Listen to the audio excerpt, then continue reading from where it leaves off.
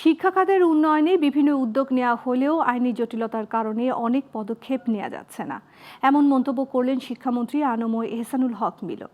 রোববার রাজধানীর বনানীতে বাংলাদেশের শিক্ষা খাত বিশ্লেষণ শীর্ষক এক অনুষ্ঠানে তিনি বলেন, শিক্ষা খাতে প্রায় ৮৩,০০০ মামলা বিচারাধীন রয়েছে, আর আইনি জটিলতার কারণে শিক্ষক নিয়োগ প্রক্রিয়া বাধাগ্রস্ত হচ্ছে।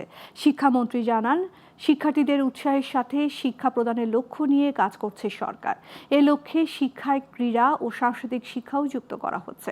পাশাপাশি প্রাথমিক স্তরে ঝরে পড়ার হার বন্ধে স্কুল ইউনিফর্ম ও মিড ডে মিল সহ নানা প্রকল্প গ্রহণ করা হয়েছে। বর্তমান সরকার শিক্ষা খাতে সর্বোচ্চ বাজেট দিয়েছে বলেও জানান তিনি।